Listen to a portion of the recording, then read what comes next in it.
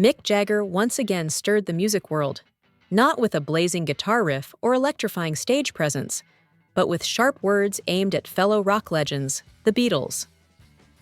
In a recent interview, the Rolling Stones frontman fired back at Paul McCartney's old jab, where McCartney had labeled the Stones as nothing more than a blues cover band by turning the accusation around.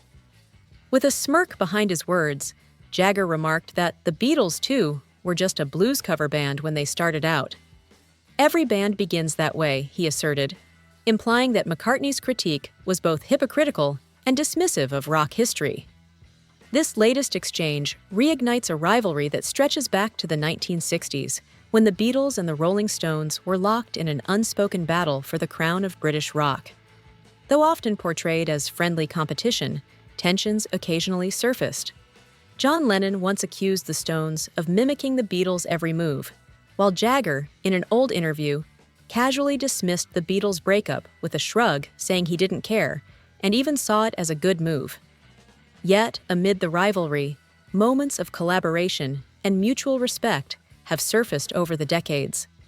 In 1968, Jagger and Lennon joined forces on stage as part of the one-off supergroup, the Dirty Mac, blending their energies for a rare musical alliance. And in 2023, in a surprising full-circle moment, Paul McCartney played bass on the Stones' track Bite My Head Off, proving that even the fiercest rivals can find harmony literally.